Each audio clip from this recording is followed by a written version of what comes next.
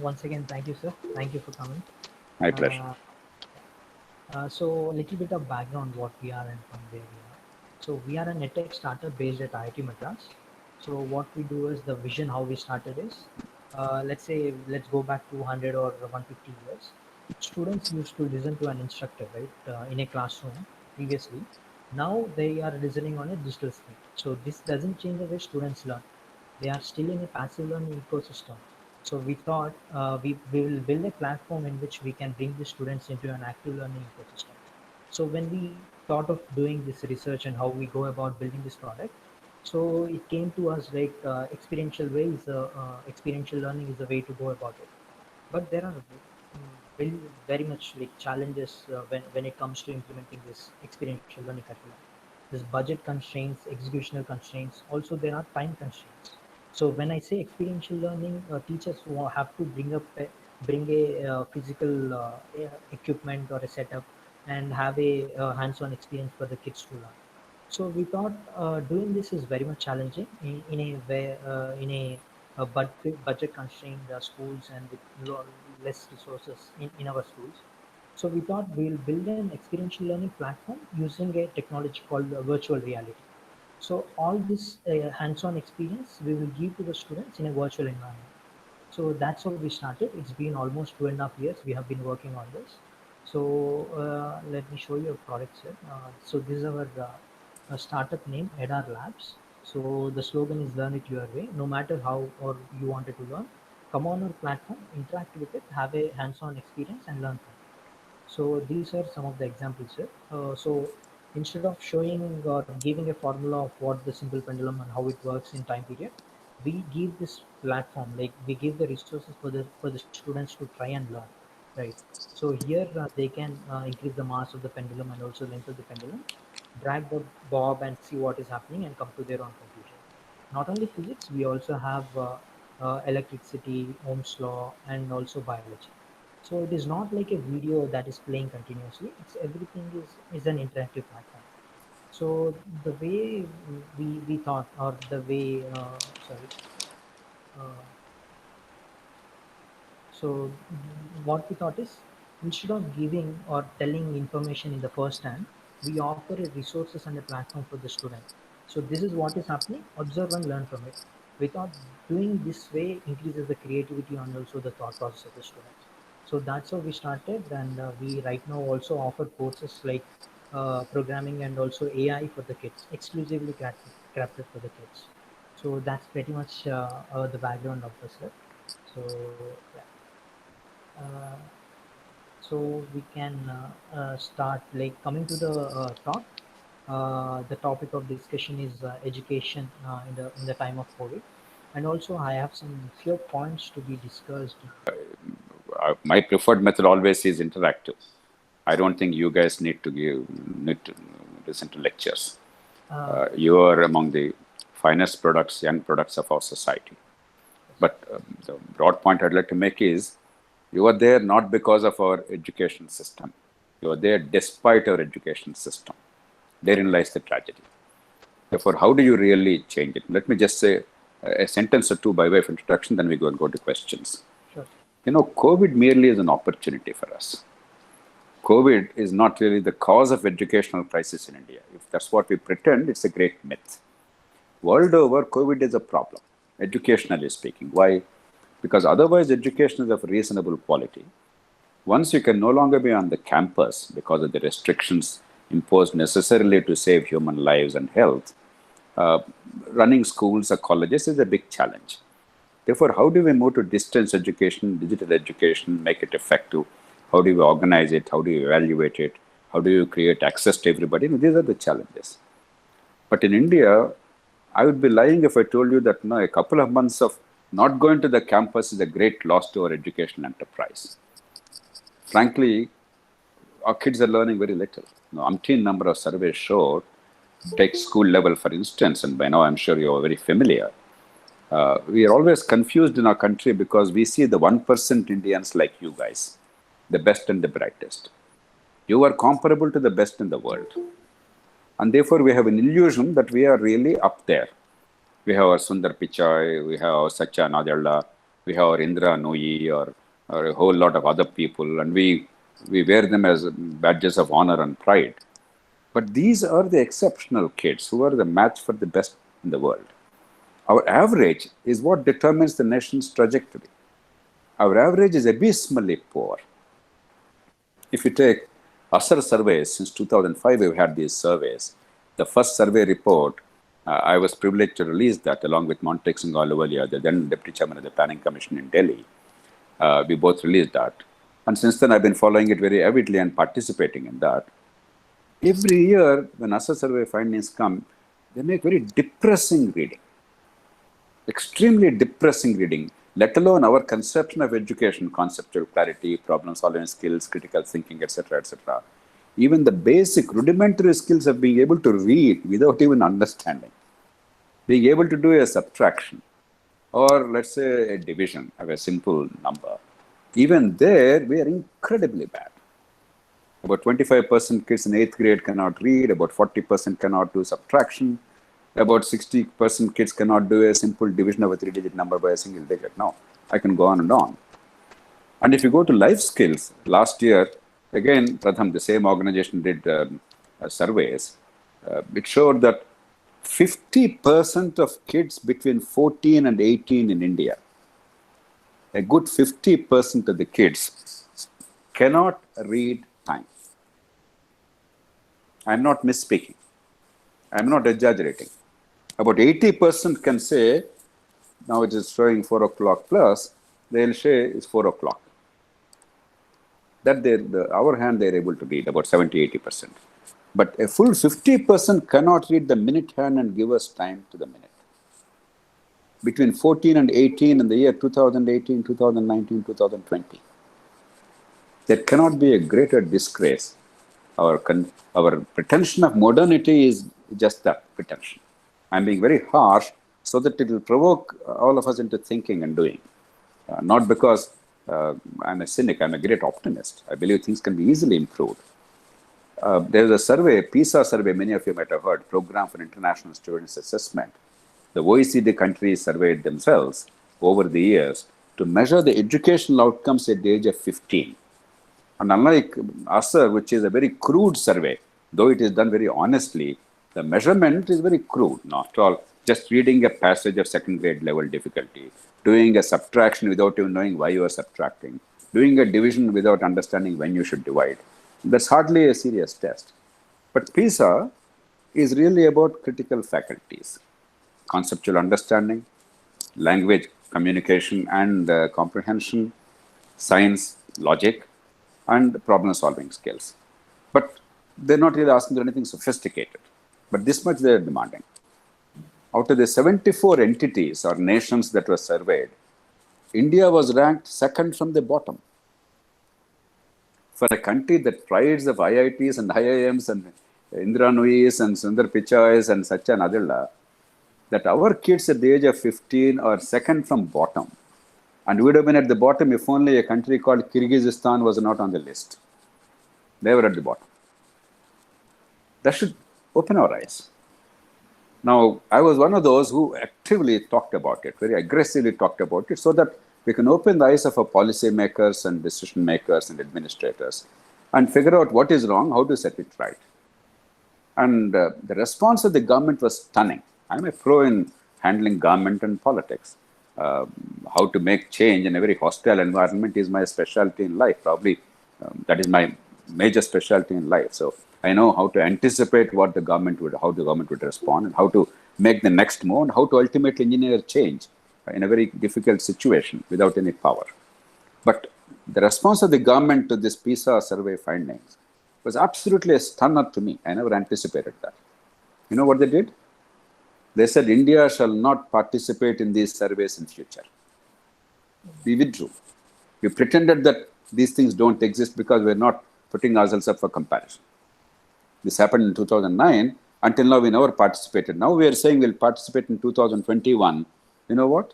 We are saying only this Kendriya Vidyalayas and Jawahar Navodaya Vidyalayas will be up for competition. Even there, we want to take some of our better institutions, actually some of our best, and then say we are good. One last word. Many people think it's about money and infrastructure. Of course, more money, more infrastructure, better infrastructure is welcome. Yashwant, you also talked about resources, etc. But if you take the broader picture, money is not the key consideration. More money is welcome. I'm not opposed to money. Asking for 6% GDP is all nice. We've been saying it for 50 years. Today, the education policy release yesterday said 4.43% is expenditure on education by the government in this country, which is not bad, particularly because 50% of the kids are going to private institutions and funding themselves. 4.43 is not bad. But more important, what is spent is not yielding results. If you take Andhra Pradesh and Telangana, for instance, the two states together are spending 50,000 crores on school education alone annually.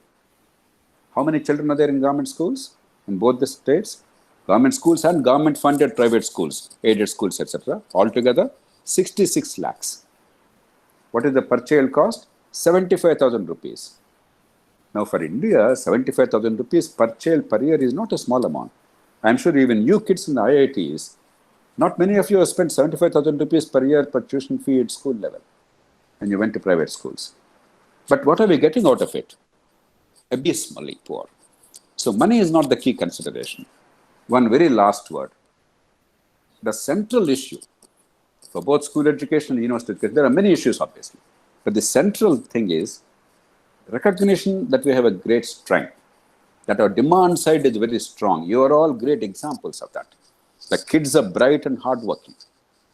The parents sacrifice a great deal. Just remember your parents. I know there are moments when you'll be angry with your parents, their expectations, their demands, this, that, etc. They don't understand you. Each generation has this struggle with elders.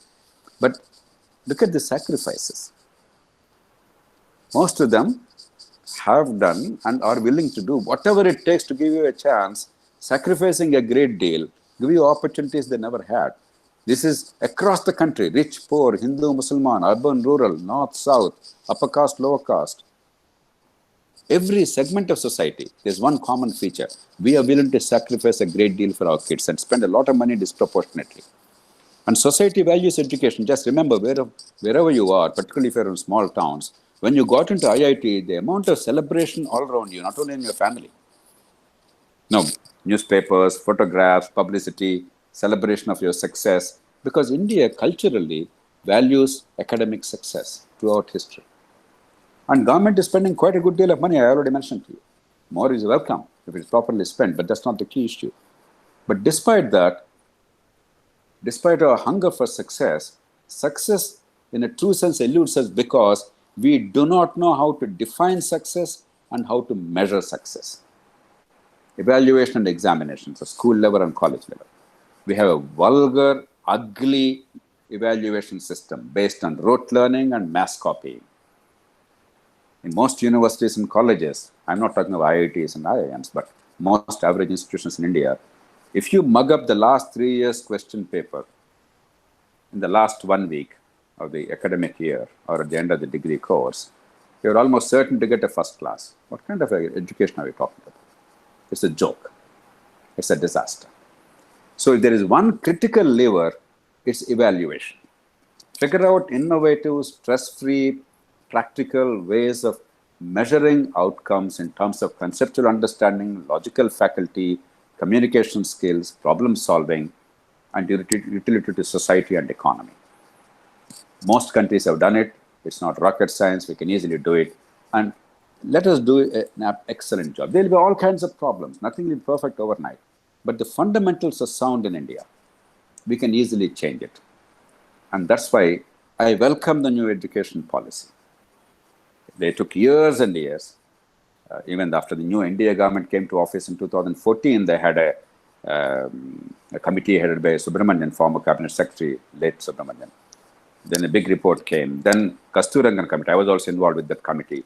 They invited me to offer comments and offered their draft for my review before publication, so on and so forth, gave some suggestions, etc. Then government took its own sweet time after that. But finally, I believe on the whole, they came out with an excellent policy. For the first time in a refreshing way, there is an acknowledgement of our failure and shortcomings and our past mistakes instead of shibboleths and general perfunctory statements. And there is a clear recognition that at the end of the day, outcomes, at school level, college level, they very clearly defined outcomes, measurable, practical, sensible outcomes, and a practical roadmap. I'm sure there is improvement possible. I'm sure we can all innovate. But fundamentally, there's a roadmap. If only we honestly and diligently and systematically across the board, the kids, the teachers, the educational institutions, the private managements, the government, the society at large, the voluntary sector, all of us pool our resources and then do what it takes to actually translate this vision into reality, I think the future will be much better than the past. I feel confident about it. I'm a great optimist. I'm very angry with what happened so far, but I'm also very optimistic about what can happen if only we set things right, because at last there's a welcome recognition of failings and follies and some sense of a robust, pragmatic policy in front of us. This is what many of us have been asking for, fighting for, arguing for. But now the proof of the pudding is in the eating, we must make it happen. And you, bright young kids, the commitment you're exhibiting and the kind of innovative tools, the interactive tools that you're developing for school education, you don't have to do it. It's not for personal gain, because you're committed. Such platforms exist all over. And the fact that you're willing, apart from your own academic burden and your own dreams and your own personal development, you're willing to give so much time and energy for this cause shows how much of enthusiasm and energy is there in this country if only you tap it. Education is not the government or government teacher or even private teacher or private management's private property. It is all of us together. And you are a standing example, a great testimony of how much society is willing to participate in this if only the public systems and the society at large are willing to take advantage of it. We can do it. And I believe that we are tantalizingly close to a remarkable turnaround in education. It's a pity it has taken 70 years after independence, but it's never too late. Let's make that happen. With these words of introduction, which is a little longer than I hoped, Yashwant, let's take the questions straight away. Thank you, sir. Thank you for your valuable insights. I think it's only possible because of the visionaries like you that one who can lay out any vision and a executional plan. That's when innovations happen. So that's what I see. So is it as you mentioned, it's been 70 years, right? So is it because of the who actually coming to the question like bottom line question, who failed us actually? Is it the political leaders who has been leading us, or is it something which is very much complex to understand? Or I think it's a complicated process, Yashwant. okay, No, I'm a product of school education in a village. I left school at the age of 13. How many years ago now? 51 years ago, 1969. I finished 10th grade. What we call intermediate started. I was in the first batch of intermediate, as we understand in the Telugu states. The new intermediate. There was an old intermediate some 70 years ago, but this is a new intermediate. But my generation, despite very inadequate infrastructure, it was thatched sheds, teachers were paid 70 rupees a month, ramshackle infrastructure. You can imagine. If today we are poor as a country, imagine how poor we were 50, 60 years ago. And in rural India, electricity was unknown. Until recently, electricity was hardly there in most parts of India. So that kind of a situation. But we got fantastic education, not one or two, tens of thousands. So what happened subsequently? If you understand a bit of history very quickly, it gives you some insights into why things have gone down the drain. The first thing that happened is a government provincialized the teachers' services. Earlier, they were all teachers of the local governments. Up to 5th grade, the block level. 6th to 10th grade, the district level, Zilla Parishad schools, as we call them. And the local government really took pride. They took it as a mission. Involve the community. Raise resources in addition to government resources to build infrastructure to start schooling. The parents cared. Everybody went to the school because we were all poor, and parents were poor, and the teacher's kid, headmaster's kid, the village official's kid, local government employees' kid, everybody went to the same school. The community cared. And therefore, despite poverty, despite inadequate infrastructure, outcomes were pretty good. I'm sure there was room for improvement, but they were pretty good. But the moment the educational services were provincialized, That means the teachers were directly accountable to the state and salaries are paid by the state government. It was popular with the teachers because they wanted regular monthly salaries. There were some delays earlier because government grants to the local government were delayed, all kinds of things. And also there's accountability because local government wanted to hold the teachers to account because they cared for the children. They felt strongly about the community. Post-freedom struggle, remember? Early days of independence. So they were all imbued with a sense of freedom, there was a sense of constitutionalism and our children, our future kind of thing. Now teachers, once they're no longer accountable to local government, suddenly the accountability disappeared, community participation disappeared. The voice is lost to the stakeholders. That is the first thing. Second, same government, another government, foolishly, stupidly, I'm using strong words, again to provoke discussion, removed all examinations. We used to have regular examinations. I remember at school level, 6th grade onwards, we had 6 examinations in a year. There was a first class test, as we called. A printed question paper came from the district. And it was evaluated in the school only, but it was taken seriously as a source of joy and also it means a measurement. Then there's a quarterly examination. Then there's a second test. Then there's a half-yearly examination. Then there's a final test. Then there's an annual examination. And there were actually some detentions, not many. Out of a class of 40, maybe one was detained or 2. But there is a real possibility of detention. The exam is taken seriously. Copying was practically unheard of. Occasionally here and there, but practically unheard of. And the examinations were pretty decent. They were actually sensible examinations. I'm not saying they were perfect. Now, a populist government said, no examinations, no detentions. Pressure should not be there, but if you don't measure, then there's no outcome. It doesn't matter. And therefore, even today, if you ask many people, to what extent have you studied, what's your education level, they would say up to 7th grade, until the Right to Education Act came, because until the RTE came, 7th grade, there was an examination for the whole state. It was a stumbling block. Now even that is not there. Now they would say up to 10th. That means basically they flunk 10th class. Many of them pass, but copying or rote learning. So we completely stopped measuring. These two things, they proved the death knell. And finally, the lure of English language. As prosperity crept up because Indians love English, there's a feeling there's a passport to the future and so on and so forth. As we got a little more income, the kids, at least some of the better off families, the more prosperous or the organized sector, government employees, teachers, they started sending their kids to English medium schools, so there's nothing wrong. You want to give a better opportunity to your kids. So the parents with voice, they no longer had interest in the government schools. And those who needed schools, they had no voice. They were mostly illiterate and poor. They really didn't know how to measure outcomes and how to bring pressure. The combination led to a disaster. And subsequently, many other missteps by the governments, foolishly. But you can understand the process.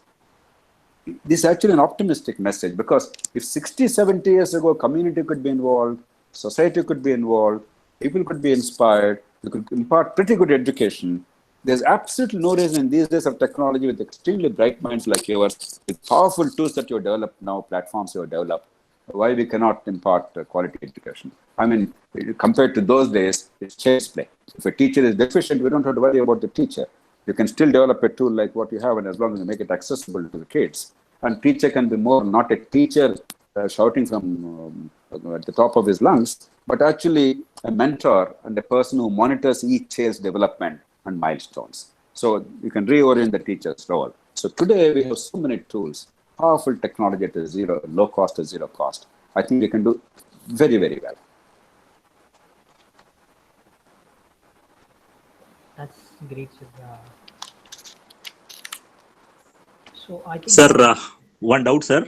Yes. New education policy also not given importance to libraries, sir, like present governments, irrespective of any. Please, your No, see, suggestions, sir. I couldn't get your name. I am Ramesh, sir, from Hyderabad. Ramesh, I fully Yes, respect your commitment to libraries. I love libraries myself. But a policy, they did mention libraries, by the way, in one paragraph or Yes, so, in consider some detail also. They talked about Yes, sir. literature, making it available, local languages, culture, history, all sorts of things. But you can't have a laundry list in policy. One of the problems of India is you have a laundry list to cover everything. In our desire to try and be everything to everybody, we end up being nothing to nobody. The policy is about critical levers of change. Once the critical levers are changed, the incentives are altered for the kids, for the parents, for the teachers, for the administration, etc. And therefore, outcomes are altered. It will be filled in. See, there are so many bright young people like you who are working for library movement. There's a library research, at least in cities, a significant amount is collected for the library research, and local governments can actually, if only we push them, they can create them. So there are a lot of things that can be done. But if a policy goes into this minutiae excessively and try to cover everything without actually having a sense of direction, how do you change things? Things are awful.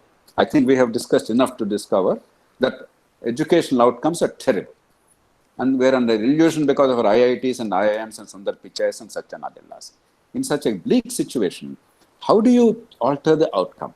What is the big step we can take, or big steps we can take? I think that's what a policy should be. That's how it should be judged. Otherwise, it becomes nitpicking. I respect your commitment to libraries. If you take Europe or America, libraries are a great movement. The moment I go to America, the first thing I do is I request my host to take me to the local public library. Directly from the airport, oftentimes I go, collect, if I'm spending a few days in that country, I collect a few books of interest to me, which are local or sometimes larger books. And then I'll read and give them back. No, I take so much delight. I understand the value of that. Nobody can discount that. But a policy cannot be judged by its emphasis on everything at the same time, because then there's no sense of prioritization, no sense of the big picture, no sense of strategic changes or critical levers of change. Yeah, inculcate reading habit from childhood. Absolutely. Right direction, right way, motivation, self-discipline. Absolutely. Yes, sir. Thank you, sir. Thanks, Mr. Ramesh. I think Sir, we can take questions. Hi, sir. I'm a great admirer of you. Okay, guys. Hello, sir. Can you hear me? Could you just give me your name and what you're currently doing, each of you, when you ask a question, so that I can relate to you a little better? I'm Vishnu. I'm a software engineer. Last year, I completed my graduation.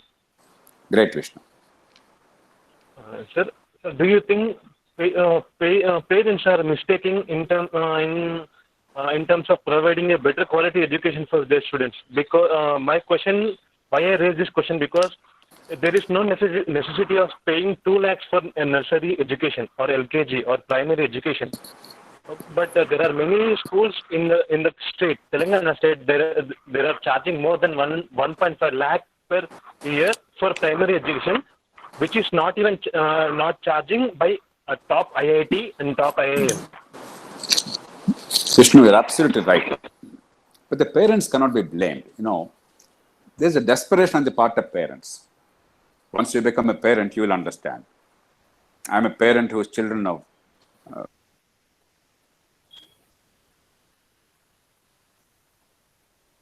graduation, going for residency, etc. So I understand the anguish, the anxiety that the parents have. It's actually a strength of our society, that the parents are willing to do whatever it takes to give their children a head start. Is a strength of our society. That they are forced to spend that kind of money in a poor country is the weakness of our society. So they are victims. It's not so much that the parents don't want to spend money. It's that they're desperate. They hope that some advantage that they can offer to the children, if only there is better education, which is more costly, let's spend money, kind of thing. The second thing is where parents again get confused. Because of the rotten examination system, there is always this desperation, this rat race for ranks and marks. Take the +2 examination in Andhra Pradesh, Telangana, intermediate as we call it. Many of you, I'm sure, are products of this kind of a system. Combined, I think there are 1,000 maximum marks for both the first year and second year intermediate. There are so many kids who are getting 990 out of 1,000. If somebody gets 950, it's supposed to be pretty average or inferior. Inflated grades. Therefore, there's a rat race to get that 990 instead of actually figuring out whether the kid learns something or not, whether the concepts are picked up or not. whether the kid understands the language or not. I know so many kids who have taken French or Sanskrit or something else, who got 99%, they can't write or speak one sentence of Sanskrit or French or understand. But the parents, out of desperation, because everybody is getting these ranks and marks and so on and so forth, out of desperation, they also want to bring that pressure. So it is because of the parents' love for the kids, but without adequate understanding, they cannot be faulted. It is for us to set the demand at the proper level. That's where proper evaluation, proper measurement of success, in a manner that the parents can appreciate that this is not success, this is success, then they will also respond similarly. Much of the blame lies with the people who designed the evaluation system and examination system and designed educational outcome measurement, not the parents. Yes, parents need to be constantly educated. But that's true in every endeavor. It's true in healthcare, it's true in civic management, it's true in COVID prevention, it's true in 100,000 things. We cannot make victims the villains. That doesn't help. A policy, a law, or a state structure, or a regulation, or about setting a goal, creating a tool to alter the incentives to change behavior in order to alter outcomes, provide appropriate resources, financial and non-monetary resources, monitor it effectively, and have mid-course correction where necessary to get the goals again. So where we fail, if the governance system fails in that, then everybody becomes a victim. And everybody behaves slightly erratically, not knowingly, but unknowingly, and they also contribute to the problem. But they are basically reacting to a bad situation. They are not creating a bad situation. Yeah, I have a follow-up question to that, sir. How do actually school system or government can actually propose or invent a framework to quantify or students' learning or students' development apart from marks? Is there any other method that's been used in other countries? We don't have to go far. Go to other countries. As you said, if you take academic things alone, PISA is an outstanding example. SAT or ACT examination, if you guys see that those exams, they are child play for you. Basically, they're testing conceptual ability, not rote learning, not memory, not the esoteric facts, etc. A good 7th grade or 8th grade kid can do pretty well. But an intermediate 95% wala can do very badly if all that she knows or he knows is only rote learning. Similarly, the O levels and A levels in Britain, many other countries, almost every sensible country has a sensible evaluation of academic criteria. Plus, they also brought in the other inputs, give them a lot of optionals, do fun things and bring them into the assessment, and then extracurricular activity of voluntary activism, non-profits working, community service, etc. Create measures of mechanism of measurement and then giving weightage to that. All those they have done. And this policy attempts to do that, at least talk about that for the first time. So we don't have to go far. Only thing we have to indigenize those methods. Not everything can be directly applied to us, but most of the things are applicable. They're universal. We only have to adapt it to our conditions, that's all. So I believe we already have robust mechanisms all over the world, and we have to embrace them. It's a pity that for 70 years we pretended as if we were frogs in the well. We pretend as if we are alone in the universe. No, we are not alone in the universe. Others have done a masterly job. We ourselves have done a pretty decent job earlier. So we have to learn from others and improve upon them. Sir, this COVID situation has brought some unexpected changes in this education system. Right? How do you think it will impact education system post-COVID or after coming? I think it's actually a fantastic opportunity, as I said, for India.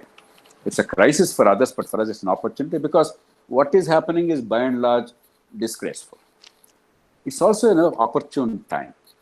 If COVID happened 30 years ago, let us say, something like this happened 30 years ago, even if we wanted to look at education differently, except evaluation, etc., we did not have the tools available. Today, the technology, platforms that you are using, for instance, internet technology, broadband, and excellent educational platforms from khanacademy.org to many, many platforms, including that you created, and many more are coming every day, very high quality, easily accessible, very low cost or zero cost in monetary terms. They're available today.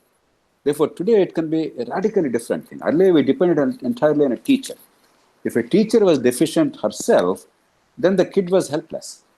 however much you try and focus on teacher training, it's very difficult to ensure uniformly high standards of teaching quality or conceptual clarity.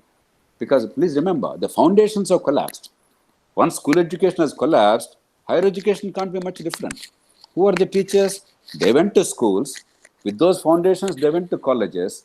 They studied a subject or other. They later did a B.Ed or something and then became teachers. If they themselves are very shallow in some of the concepts, how can they become good teachers? Not everybody can be a good teacher. Sometimes they're going to have deficiencies. Therefore, today, the advantage is if teachers' role is reoriented, in a very subtle manner, teachers' conceptual mistakes or confusion can be corrected without insulting the teacher. And you go towards digital education as far as possible, and bright young people like you create excellent platforms where very high quality content is transferred, not merely the physical content, but audio, visual, interactive, etc., so that the concept can be clearly understood and applied. But the teacher can only look at, then teacher's job is not to simply say, all right, I finished lesson 15 and I gave a lecture to you. You do this exercise and come back. No, teacher's role is to make sure that the last child gets the concept, promote peer learning, assess and evaluate each kid and see where that kid is, and ensure minimal levels of learning for every kid. So teacher becomes a mentor, a facilitator, not merely a person who shouts from the top of his voice and finishes that particular chapter as per the syllabus prescribed. The role changes. The role becomes actually more important, less stressful both for the teacher and the kid. So technology gives us that fantastic opportunity. Only thing is, obviously, there are two difficulties. Wherever technology becomes a dominant issue, almost always it's the better off kids in financial terms who take advantage initially. So how do you ensure access to everybody, the last person? That's a challenge.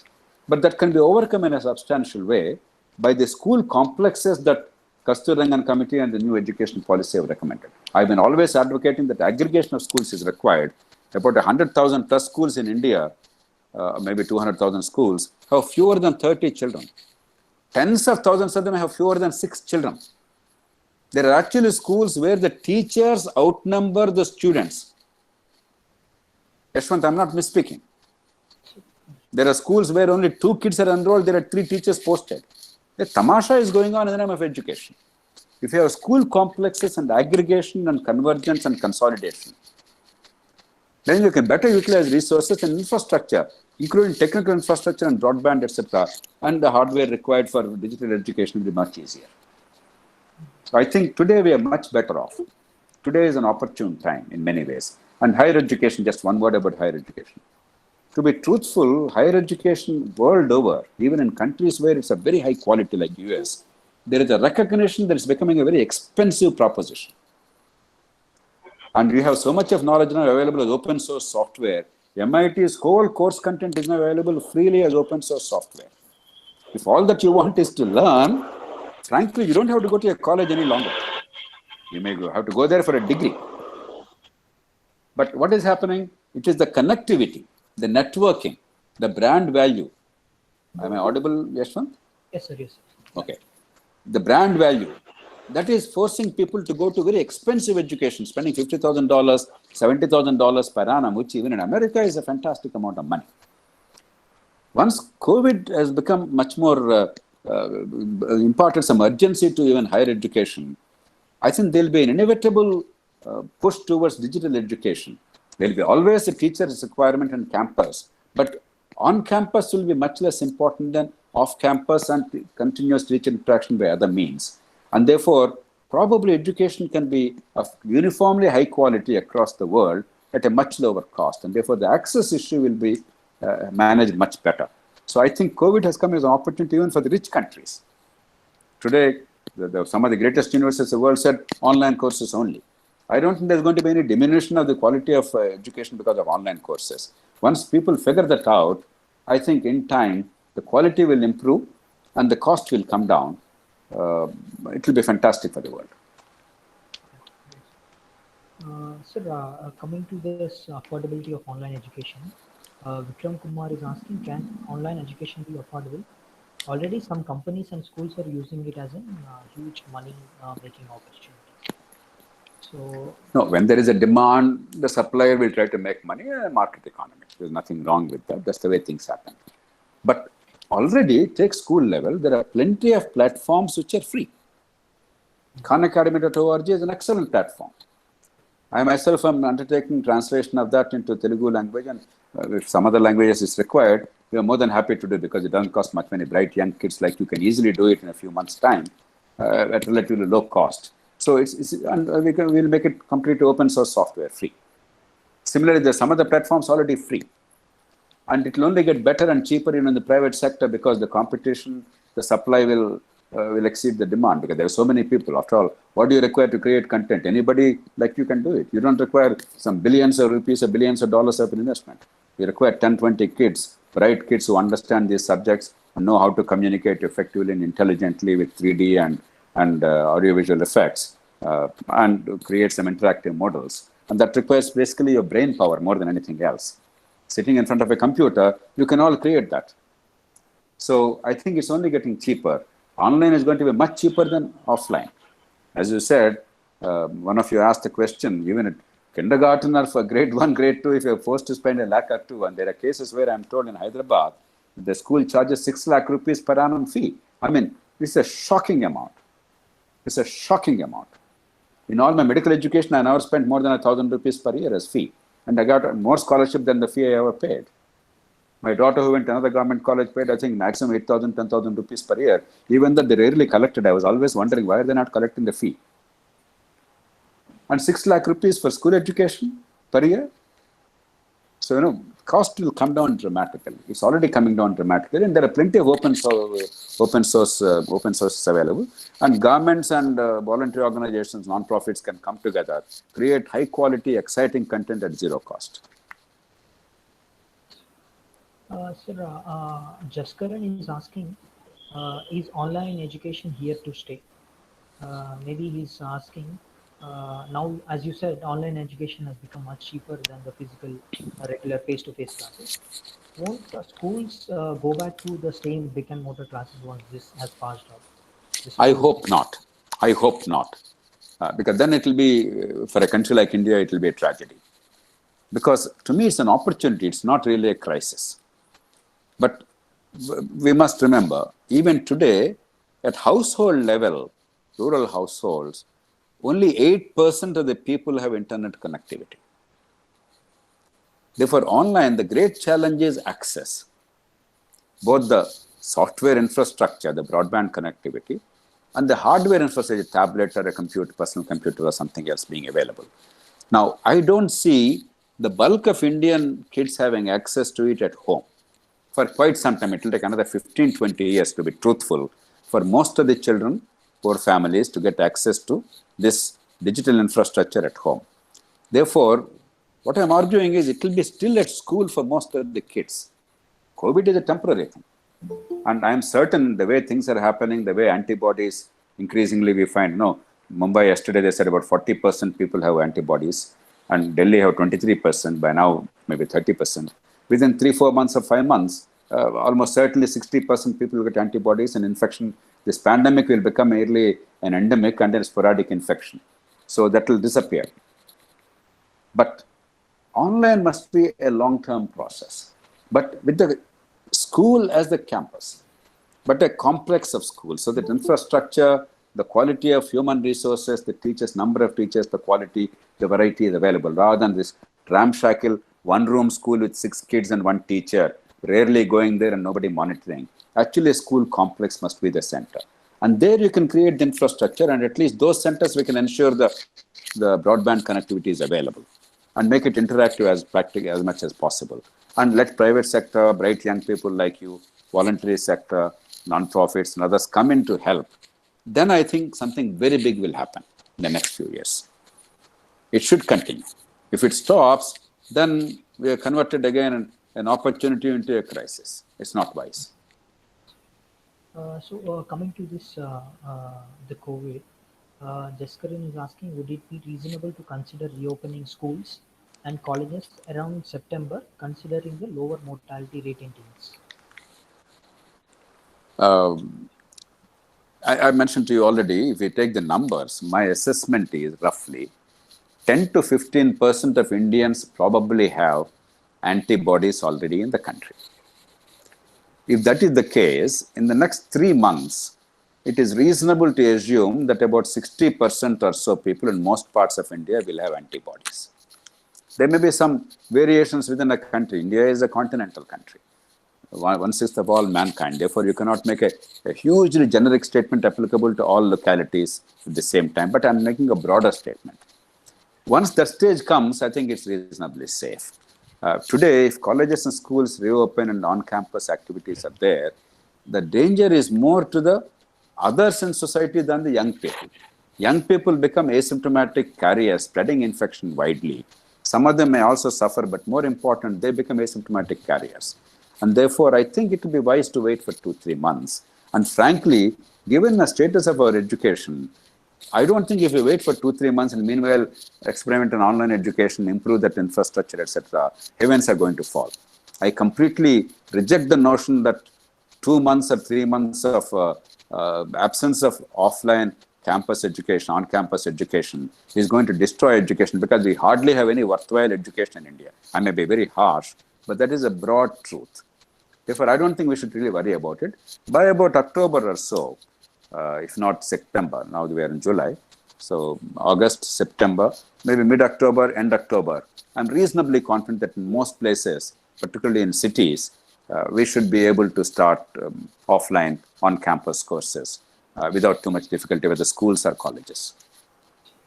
So, coming to the questions here regarding the schools, as you said, there are schools with almost 6 or 7 students in it. There are also some private schools that provide no proper pedagogy resources for the students. Should they be allowed to run or function? Or I think there must be two fundamental principles. The first principle is don't bother with private or government. Measure only one thing. Are the outcomes good? Outcomes not measured by an ugly examination system that we have today, but the kind of evaluation you and I seek. Conceptual skills, communication and comprehension of language, logical faculties, critical thinking, problem solving, measured in that manner. And if that is the case, the schools that actually do that, they must be allowed to survive without excessive regulation, minimal regulation. The only thing is measurement of outcomes. Today, we measure the length of the classroom, the breadth of the classroom, and even in a big city, the number of acres of playground, which government schools don't have. All these fraudulent measurements.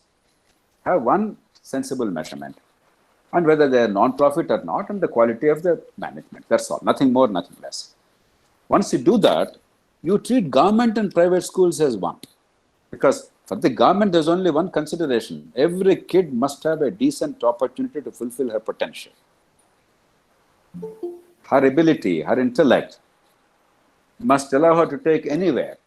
Means must not be a criterion, a consideration. If that is the case, it doesn't matter what government or private. All kids from poorer and lower middle class families going to private schools must also get support. So there's no burden on the parents. As I said, in many states, we're spending 70,000-80,000 rupees per kid. Not every state, but many states. Now, if the private school is charging, let's say, 20,000 or 15,000 rupees, but giving a decent education, what's the problem? Therefore, change the pattern of assistance to private schools for the poor kids. Instead of aided teachers and teachers' salaries, let the fund follow the student. The child's tuition fee, you fix it at a reasonable level, let's say 15 or 20,000 rupees, not more than that. We can't afford more than that from the government. For the poor and middle class kids, you fund that provided the school outcomes are good. And regulate all government and private schools equitably. Today, the government runs the schools, government owns the schools, and government schools, government funds them, and government licenses private schools, government regulates them. There's a conflict of interest. You're treating them differently. Let there be one regulator for all, and one manager of schools is different from regulator of the government schools. They're private managements, but all are under the same umbrella of a regulator who treats everybody equally. Because our concern is outcomes, not government or private. Ownership is immaterial. I think that's the framework, and that's what actually this education policy broadly hints. Good, sir. Sir, I'm Yashwant Kumar, sir. Sir, how to empower our rural education system after this pandemic situation on this pandemic situation, which means many rural students are unable to access the internet gadgets, modern gadgets, and there are many students are studying in government sectors, institutions. So how we can transform their lives? That's No, what I would say. you're absolutely right. I already made this point. When only 8% of the households have internet connectivity, and where there is real income poverty plaguing the majority of households in the country, to expect the poor rural kids to have digital education at home is not really realistic. Some people may have because parents have some income and they are motivated, and some non-profits and others may support them, but that will not be a universal feature. Therefore, the school complexes, our whole effort in the next few months, on the next year or two should be on building infrastructure and aggregation of schools as much as possible, and use them as the physical locations for imparting not only the on-site classroom education, but also digital education in an innovative manner, reorienting the teacher's role. It will not happen overnight, but if you make a beginning, in big cities it will happen faster, some schools it will happen faster in government sector. Right now, Kendriya Vidyalayas probably can do it immediately. Jawaharlal Vidyalayas can do immediately. Some of the residential schools in government can do immediately. Some of the schools can make a beginning, some more enterprising high schools with community support, etc. Some others may take time, but let's begin the process. Within an year or two, we can easily do it because remember, we are spending humongous sums on education from the government. 4.43% of GDP, that's the government's number, the education policy, this is the number they have given, that comes to 8.8 lakh crores per year. 8.8 lakh crores. Now, there Yes, are sir. 20 crore kids in schools. Of them, about 10 crores or 10, 12 crores in government schools. Let's say in private sector, another 3, 4 crores require assistance. So, we're talking about 13, 14 crores children. Now, you require probably, if you really do it in bulk, 1,000 or 2,000 rupees investment per child to give the hardware infrastructure. Tablets can be brought down to very low cost if only you do it in crores and crores. Already, I think Geo is talking to Google and they're trying to do something. So these must be accelerated by the government. That means if you put in about 30, 40,000 crores, and that comes to only 4 or 5% of the total budget, 8 lakh crores, 8 lakh 40,000 crores, 8 lakh 80,000 crores is what the government is spending, remember. 4 to 5%, you don't have to add extra money. We just reorient it.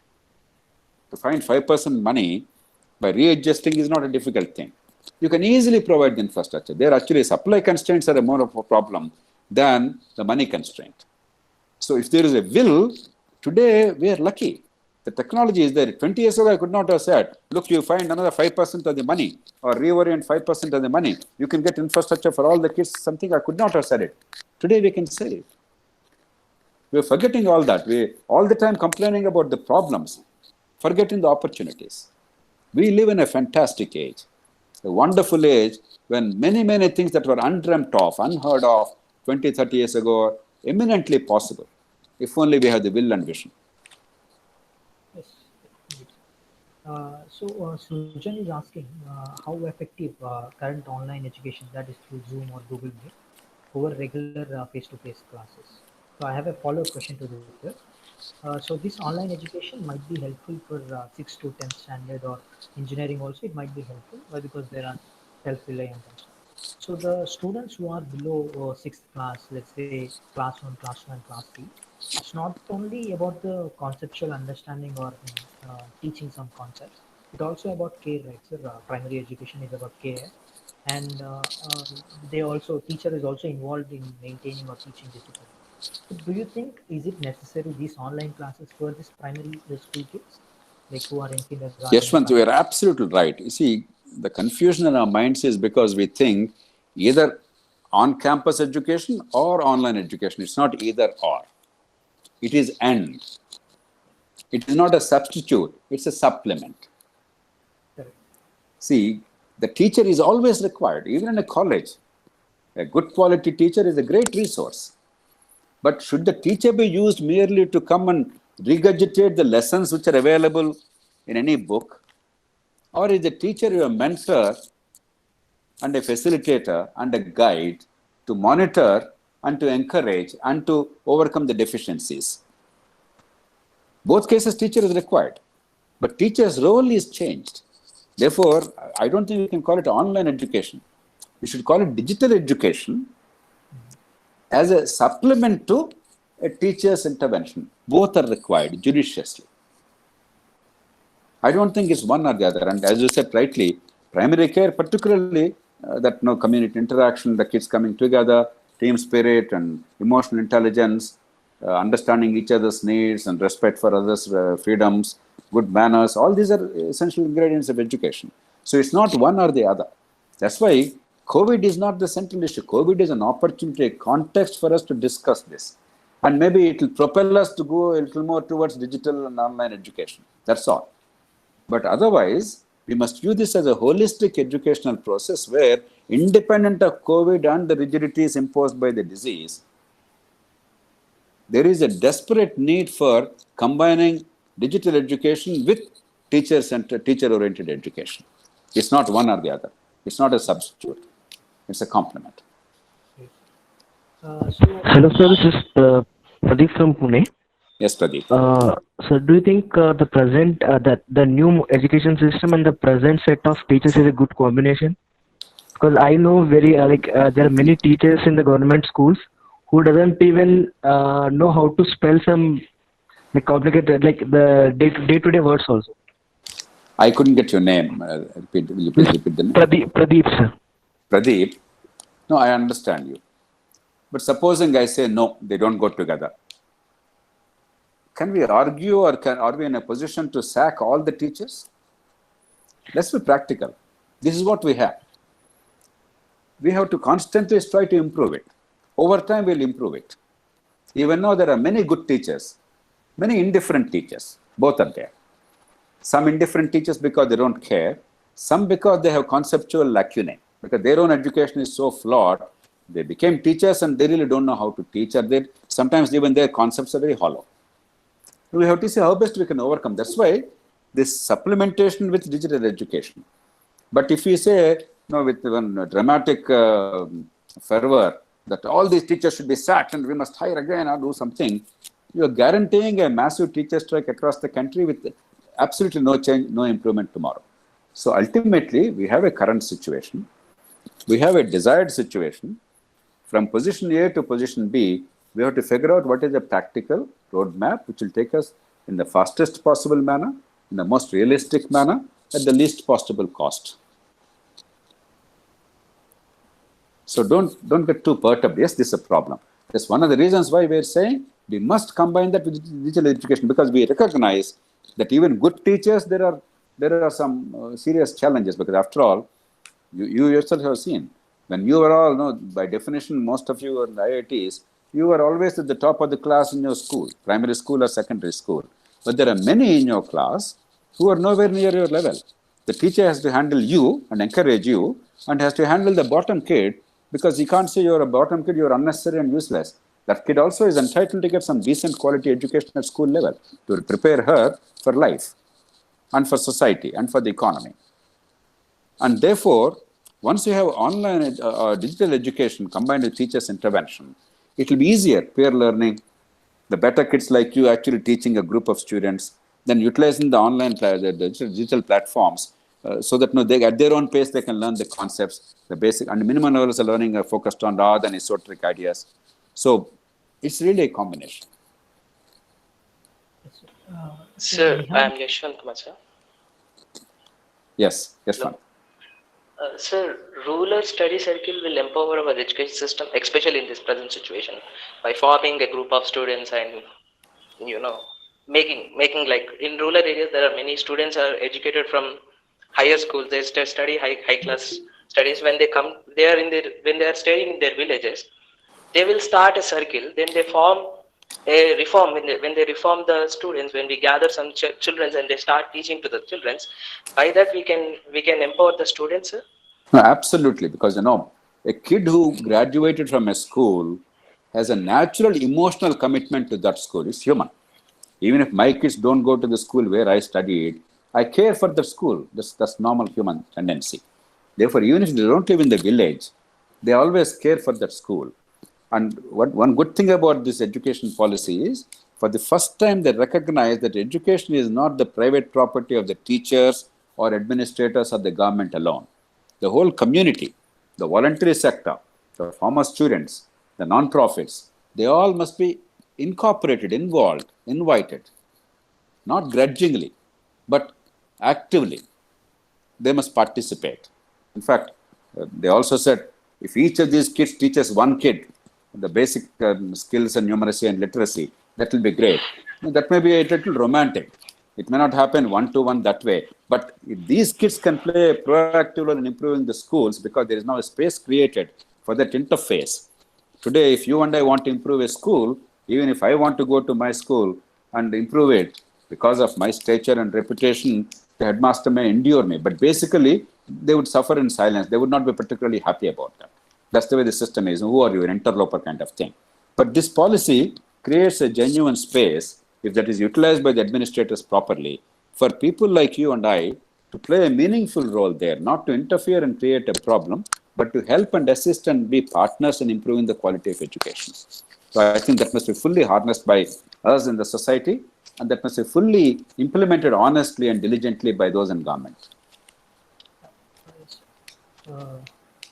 So Niharika is asking, what would be the COVID effects on higher education and also for graduating students also pre-final years? Maybe talking about the current scenario. Niharika, there may be some small temporary disruption, because once you have 2-3 months of interruption in education, if the universities and institutions are not very alert, I'm sure IITs are able to quickly switch over to online. Universities like Harvard and many others have switched over to online. But many others may not be equipped because they're only namesake universities and colleges without any infrastructure or innovation or leadership or planning or thinking, all those qualities. Therefore, there'll be disruption. Therefore, your future thing, your future education to the next level or employment or other things, there'll be some amount of disruption and there'll be readjustment. For instance, even UPSC has delayed its this whole interviews, personality tests, and I think they're going on right now after a 2 or 3 months hiatus. It's inevitable. So there'll be that kind of a disruption. But beyond that, I don't think there's going to be any long-term impact on that. There'll be some schedules affected for some time. But as I said, instead of worrying about things we cannot control, let us take it as an opportunity and do things which are necessary anyway. But COVID creates as a context to spur us into action. Normally, we would have ideas, but we would not really be having a sense of urgency. Now, this imparts a sense of urgency. Utilize this as an opportunity and push the needle, move the needle. Yes, sir, true.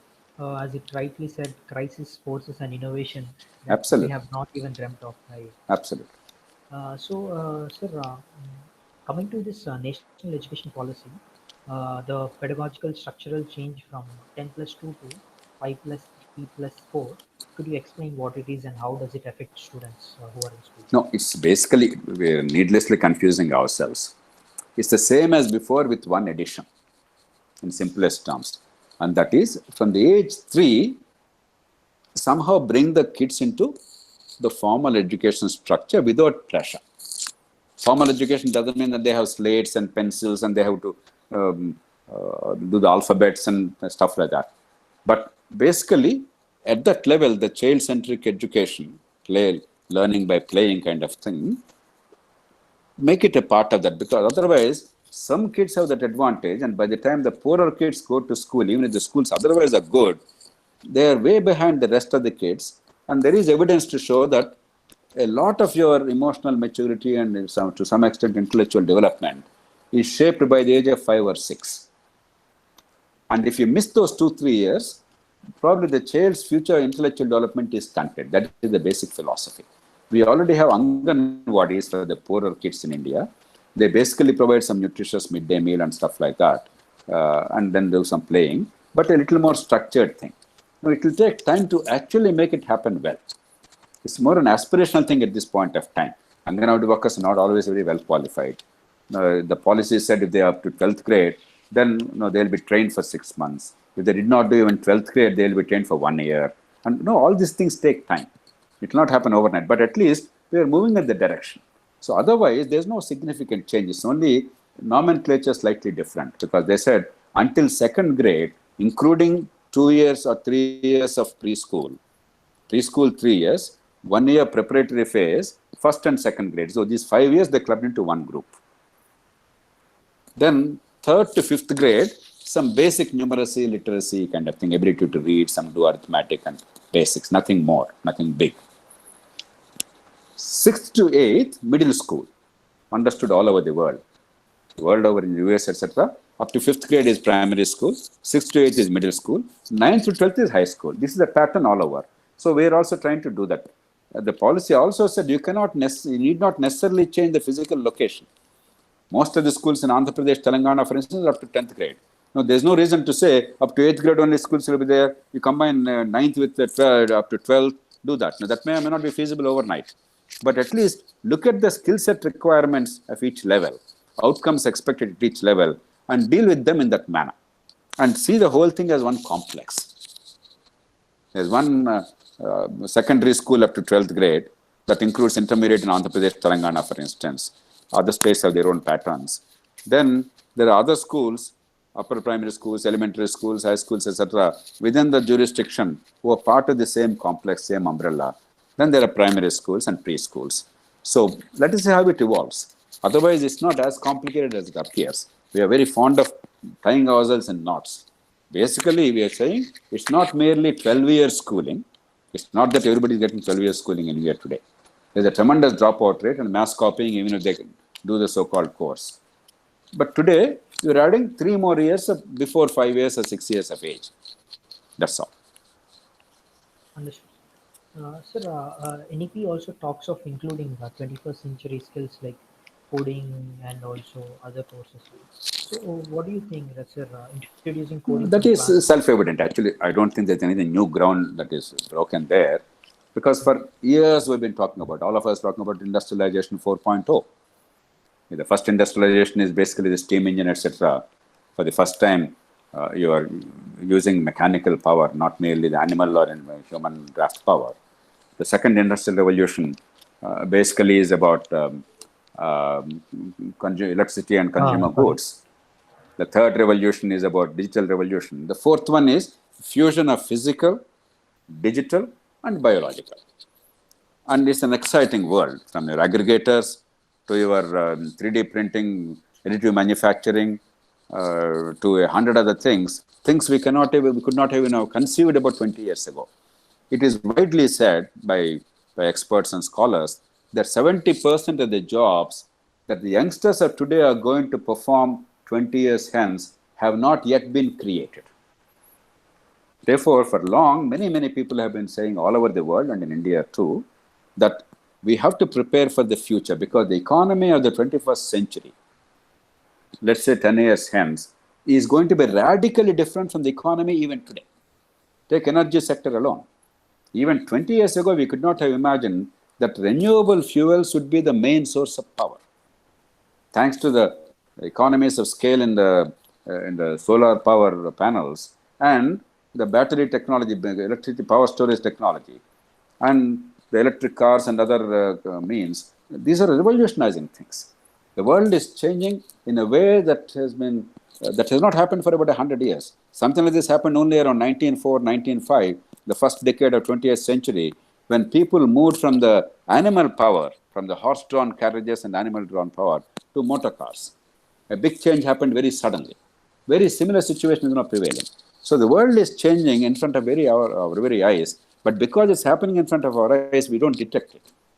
But after 5 years, we'll see it's a different world altogether. Therefore, that's a very necessary thing. I don't know if anybody has an answer. I don't think government knows, except broadly stating the objective. But I think each thinker, each technologist, each researcher, each innovator must figure out what are the future skills, what are the future patterns of production required. And obviously, higher education must cater to that, particularly in the technology sector. Yes, sir. Yeah. Sir, talking about NEP all, and so there are a lot of, as you said, it is very much aspirational, revolutionary changes are coming into this NEP 2020. But it is kind of challenging also, right, sir? The new training has to be given to the teachers and stuff, immense work to be done. Not to be cynical about it, like how many years do you think will it take, or will us able to see a concrete, realistic, tangible things happening? How many years minimum? Yashwant, as they say, the impossible best is the enemy of the possible good. If you envisage an ideal and then say within the next 2 years it must happen, it's not happening, and discourage, that's a very unproductive way of looking at things. Let's be truthful. We are at roughly 20 level now in the world on a scale of 100. Just to give a crude number. Now, there are some countries which are at 90 level. Finland, people talk about it. Even China, I would say, among the not so rich countries, which is doing pretty well. They're always up on the top in the school education, for instance. Now, if we aim it from 20 to 40 quickly in the next 2-3 years, the foundational skills, at least for the kids at primary level, right now we're incredibly bad there. If that is the goal, money is available, readjust the money, create a lot of flexibility just to get that outcome. And if you focus on changing the nature of evaluation and examination system, if you create what the policy document repeatedly called light and tight regulation, not heavy and stupid regulation. If you bring that at the school and college level education, these things are very well within our reach. They don't cost money. Existing resources are enough. Obviously, we require many other instruments in place. Better training, better orientation, support, technology. But it is not the government alone that is doing it. In fact, if the government thinks that they are creating it, they are mistaken. The whole society wants it. Now, did anybody in government give you an order that you must prepare some tools for school education improvement? You have done it yourselves. Does the government have the smartness to tap your talent or not? That is where the challenge comes. Resources do not come from the air. They exist in society. Whether money or talent or new tools and innovation, they exist in society. And education is attracting the best minds in the country. I can tell you with absolute certainty. I feel incredibly happy that some of the brightest minds in India are now deeply committed to quality education. And it's not merely talk. They're doing a lot of serious work to improve the quality of education, from Ashish Dhawan to Madhav Chawana Pratham to bright young people like you. Across the spectrum, extremely sound work in a variety of ways is being done. Perhaps not very well coordinated, maybe, yes. But tremendous work is being done. The government's challenge is not so much, my God, how do I do it? Many people are doing it. How do I take advantage of it? How do I integrate it? How do I take advantage of those talents and resources and time and passion and energy? If that is the spirit the government has, all the problems, they become opportunities. Yeah, great, sir. Sir, yeah. Good evening, sir. So I'm very glad that I'm able to connect with you. Thank you, Yashwant, and the team also for able to arrange this. So my question for you is, because you are more involved in policy making, and that you will see things from a very different perspective. So I am from I graduated in 2017 from IIT Madras. I have been working, and then I started my own entrepreneurship journey now. So my question is basically, what about encouraging entrepreneurship or developing businesses, that mentality in children since childhood, so that, I mean, when they grow up, right, so they will be able to start new companies, in turn, which will help economy, reducing the unemployment. It will also improve innovativeness in the people around. So instead of people saying, I want to become engineer or a doctor, people will say, I want to become an entrepreneur or make new businesses, make a new company and empower others. So what about bringing that into education system and encouraging or giving that education to the students? So I want to like your views about this, since you come from No, different you are absolutely right. At the school level, given India's perilous school education system and outcomes, perhaps it's a little too premature. But definitely at college level, particularly at technology level, in technology institutions, etc., we must start this, and higher education policy does talk about that. And we must aggressively pursue that. I have no doubt about it. Perhaps the policy document, while it stated it, it didn't go into great depth. That's one area where perhaps we have to add some depth to it.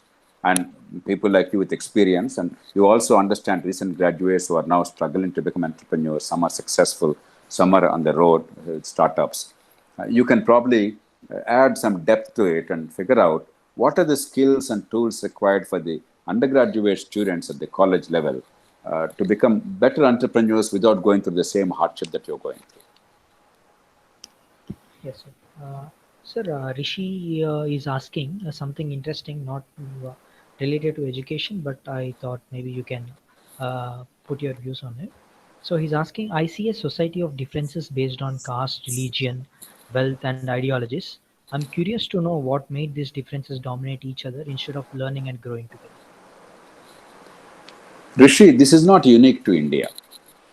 World over, slavery, very glaring, black and white, and some people treated as property and sold and bought, and no rights, they're like animals. But even without formal slavery, world over, the conquered and the conqueror, certain religious groups. In India, this vertical fragmentation by caste system of two kinds. One is some castes are superior, some inferior, and even when there are two castes roughly equal socially and economically, there is a tremendous competition and a divide, which is a horizontal divide. Both are there in our society, vertical fragmentation and horizontal fragmentation, both are there. Now, once you have this, once large segments of society are believed by birth to be only destined to perform certain menial tasks, education had to be limited to a few. World over it happened. In India, it's much more structured because of the caste system. What is modernity about? Modernity is about breaking these barriers, recognizing that only two things matter. The kid's innate ability, that is nature given. Two, either human will or nurture, the kid's willingness to work hard. They alone make a difference to economic activity or the value you bring to the community, to the society. Now, the tool to harness these skills, particularly the innate ability, is education. Now, many people talk about social justice and equality without understanding education and focusing on education. I think they're talking in the air. They may be well-meaning. Their hearts may be sound, but their minds are not. The only real tool available in the modern world to promote equality of opportunity and equity, irrespective of birth, is education. Education, education, education. Now, without that, no matter how much you talk about equality, no matter how much money you try to give, it's all bunk up. It's dysfunctional, unproductive, and does not endure. And that is where we have failed. In India, the single greatest failing of Indian governance system post-independence is our failure of education. It's a disaster. Once education of reasonable quality, I'm not saying even then it will be 100% equal, but if it's of reasonable assured quality is available, then the brighter kids cannot be held on forever. It may take a little longer for them to get adjusted, but they cannot be held down. But if the basic tools are missing, for no fault of theirs, that equipment is denied to them, then they will be forever held down. So once that is done, E that is the caralho, passport fala to the future. comigo. Esses gringos falando aí. Fala tu. O cara entrou em choque. É mole. Hello? There's a disturbance somewhere. Somebody Fala tu. crashed into this. Okay? So basically, once you do that, and second is rule of law. That no matter what society is doing to itself, there is a system of law which is equitably applied. Nobody is above the law and everybody is treated the same under the law. If these two things are in place, then you have an egalitarian society. We have failed woefully in both. On paper, we have all this. We have right to education as a fundamental right. As if, not including in the fundamental rights chapter is what prevented us from imparting education. That's a lie. That's a myth. It's a pretension of doing something without doing anything. Rule of law is already there in the Constitution embedded, but we have not implemented it. So there is always a gulf between our constitutional values, our notions of modernity, and the social norms and practices. The structure of the state and the way the state functions and delivers is the bridge between the ideal and the reality. Most of the societies, the successful societies, they bridge that gap more successfully than us. Nobody does it to 100%. There's always a gap between what we desire and what is happening. But they reduce that gap. In India, we failed to reduce that gap. And the key is education. And at least now we are thinking of it much more honestly.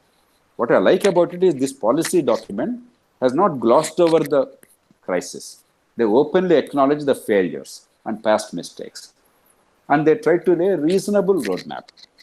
a practical roadmap. We can improve upon that. Nothing is perfect, but it's a pretty decent and reasonable roadmap. Now we have to actually make it happen. Great, sir. Sir, the question is generally now there are a couple of questions related to life fund.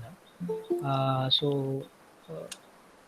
as teachers, the question is, as teachers might be teaching the same stuff over a long period of time, it's experienced teacher, they might get unexcited, and this leads to a poor conveying or the poor interaction in the class. So how do actually teachers can maintain high energy levels in the class? Also, not only teachers, but also anyone who is doing the task, something repeatedly or boringly, something like that. No, in that sense, the teacher's work is much more stimulating because each mind is a project. While the subject content may not vary dramatically, particularly at school level, the kids are not the same. No two kids are identical. Even identical twins are not identical in the mind very often. Each kid is a very stimulating, exciting opportunity.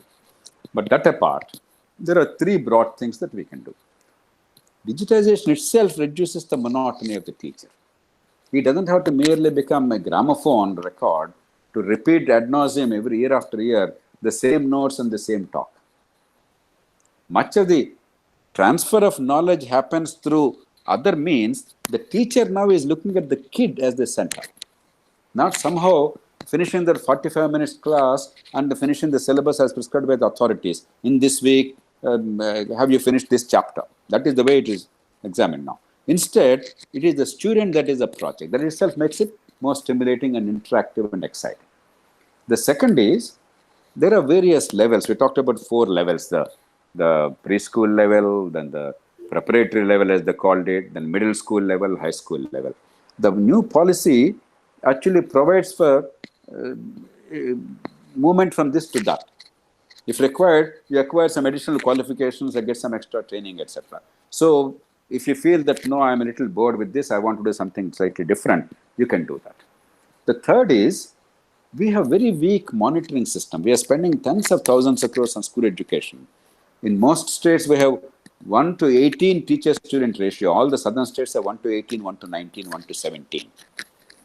Though it's very non-uniform and therefore there are kinds of skewed distribution. But if you take the aggregate, we have pretty good teacher-student ratio. And yet, there's hardly any monitoring. Inspection, monitoring, hand-holding, mentoring other teachers, and taking up the administrative and mentoring tasks. And the talented ones can actually go into that. So that avenue also, this policy specifically provides for that. So there are a variety of ways by which you can make the task more exciting. And above all, the community participation and valuing the teacher's outcome. If the school is the center of the universe, when you go to Western societies, in almost all communities, the school is the center of the community. Everything is centered around the school. Once that is there, you feel you are the center of the universe. You are excited every day. Your work is valued. You recognize that.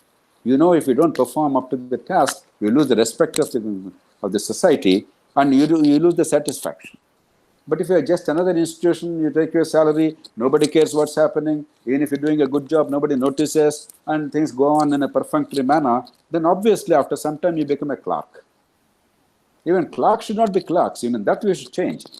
Even in government, it should not be clerically oriented. It must be tasks and teams with focus on outcomes and service delivery rather than pushing paper.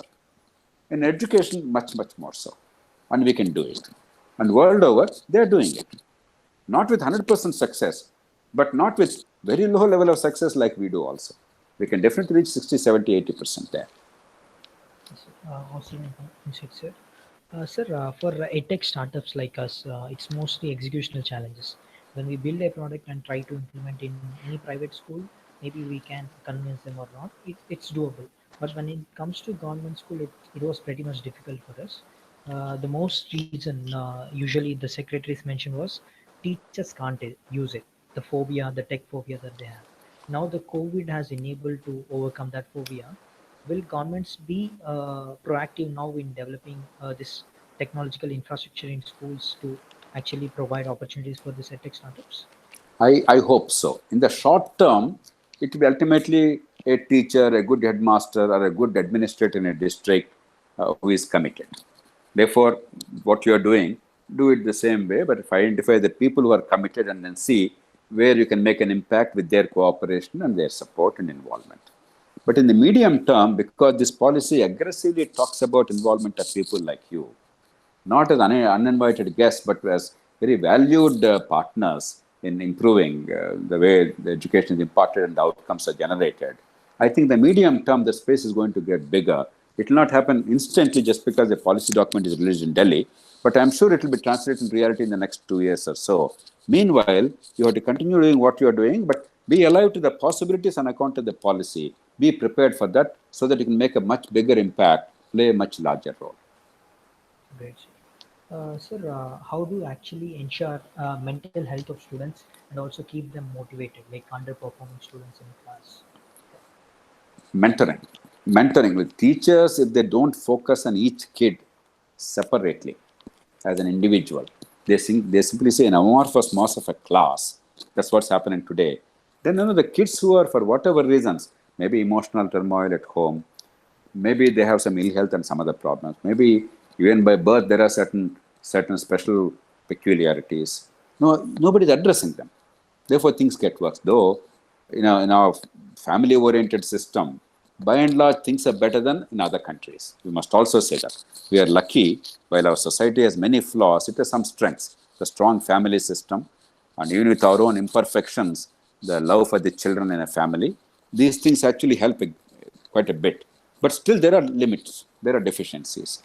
Once the teacher's primary focus is not merely somehow finishing that class of 45 minutes, but the child's learning, child's emotional well-being, child's ability to adjust, if that becomes central, that is what consumes most of the teacher's time. To some extent, this addresses it. The second is the involvement of people like you mentoring from outside, who are much more nuanced and much more alert to these things, and therefore they get excited, not merely by the routine things, but no, the whole world is opened up. It may appear to be very ordinary for us. I remember when I was a kid, and even an intermediate, 13, 14 years old, when I went to a medical college exhibition where I studied later on in Good Medical College, there was an annual exhibition, which was a big event in those days. How much of an excitement it was, how your world is opened up.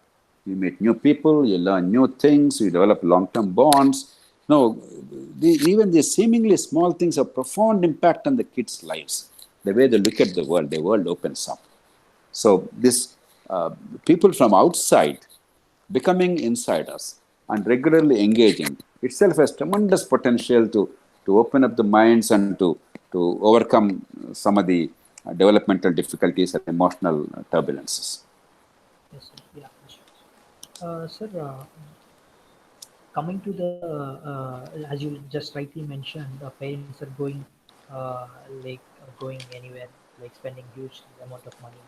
So coming to middle class, the expense that they do on education is like kind of a huge investment. So when it is a huge investment, they usually look for an easier way to measure their return on investment.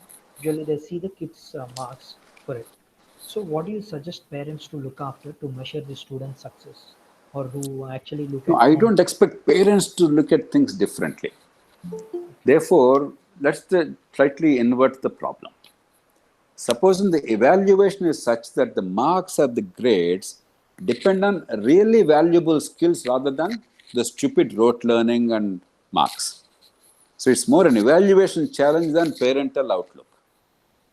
Parents always want success. That's actually a strength in our society, because success is defined narrowly and measured badly. These are the two challenges: narrow definition of success and bad measurement. But it's still success. The word in our mind, the idea you comprehend is success.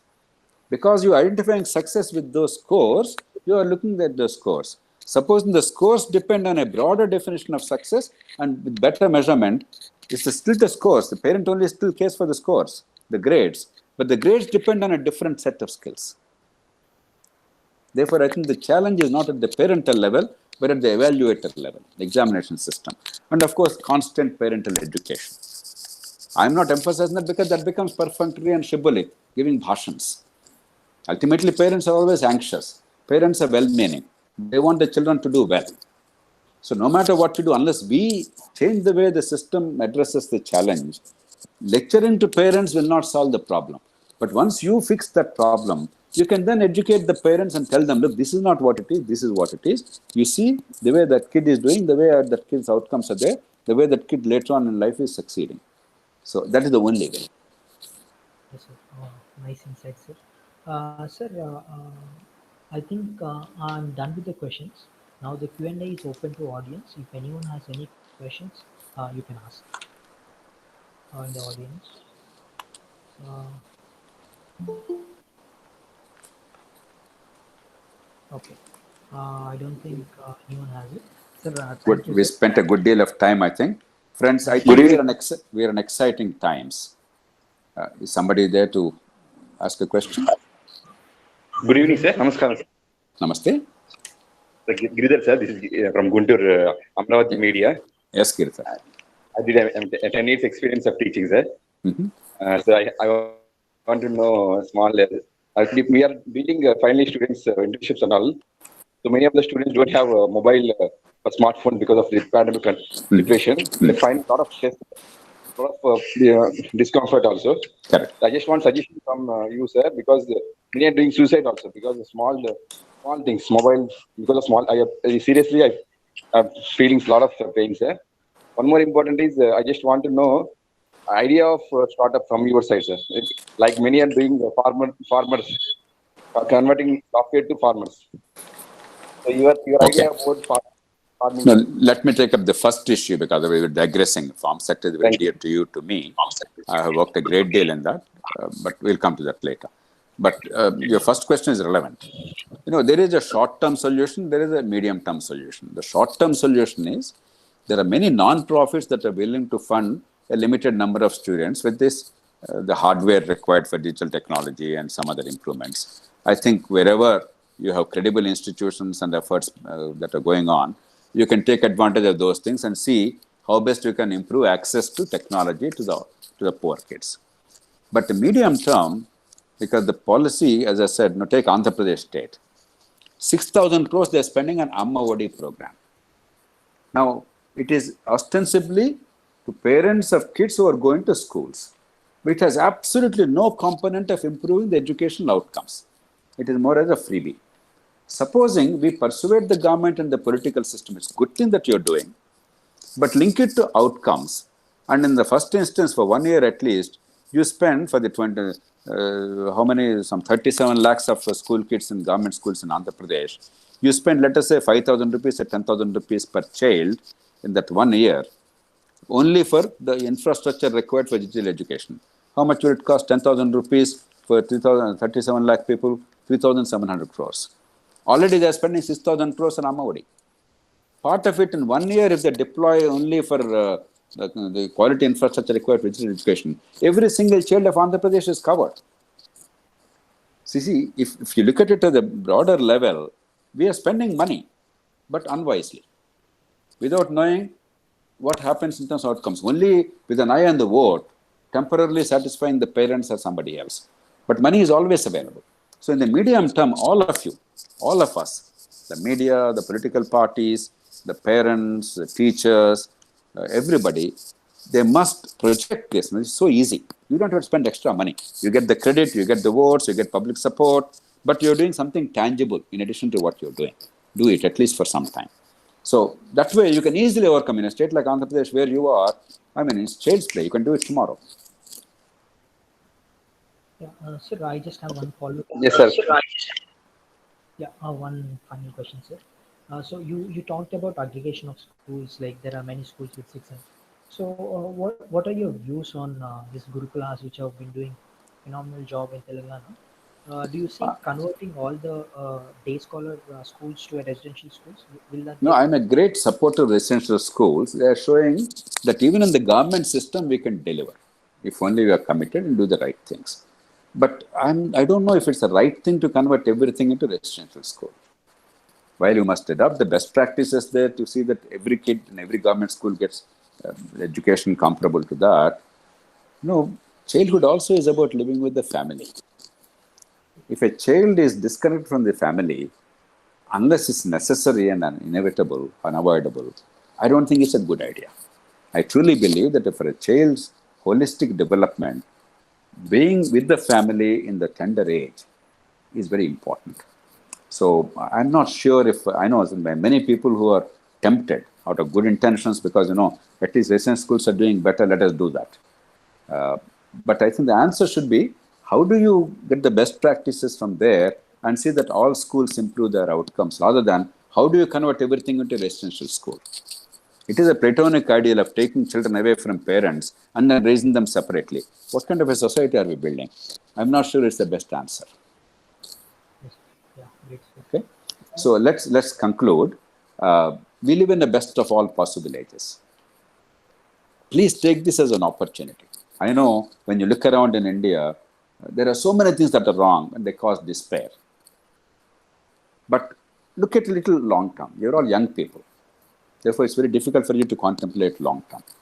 Even in a country like India, which is hopelessly underperforming, if you take a 20-year, 30-year trajectory, there has been significant improvement because there are no technological barriers any longer today, thankfully. And even infrastructure, while it's bad by global standards, electricity at least is available in most places most of the time now. Even 20 years ago, that was unheard of. Transport is better available. Digital technology and smartphones, other things, almost as good anywhere in the world. So we are infinitely better equipped today. We have immense possibilities. The technology is improving by the day, economies of scale are improving, resources are getting better and better. While the progress will not be ever as good as we want, as fast as we hope, significant progress still is possible.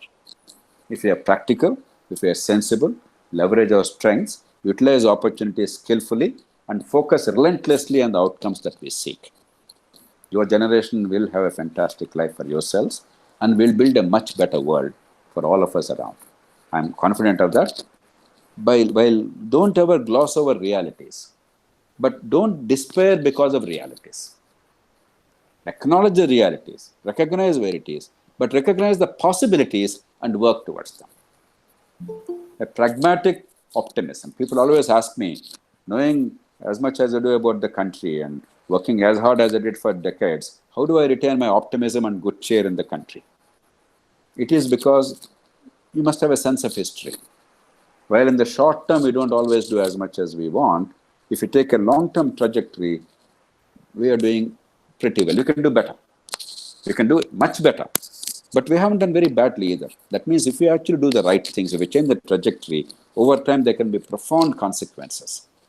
Have that understanding. Don't despair. Be optimistic. Leverage your strength. You are some of the finest minds of this country. While you must further your own careers, fulfill your own dreams, have a wonderful life, be happy. And that's very important. That is not incompatible with promoting public good and larger welfare of humanity. Both go together. You are already on the road to that, and I'm sure you will do it more with greater sense of satisfaction and fulfillment, and you will make your lives worthwhile and meaningful and make society much better. I wish you all the very best. Good luck to you. Thank you. Thank you, sir. Thank you very much, sir, for spending your valuable time in your busy schedule.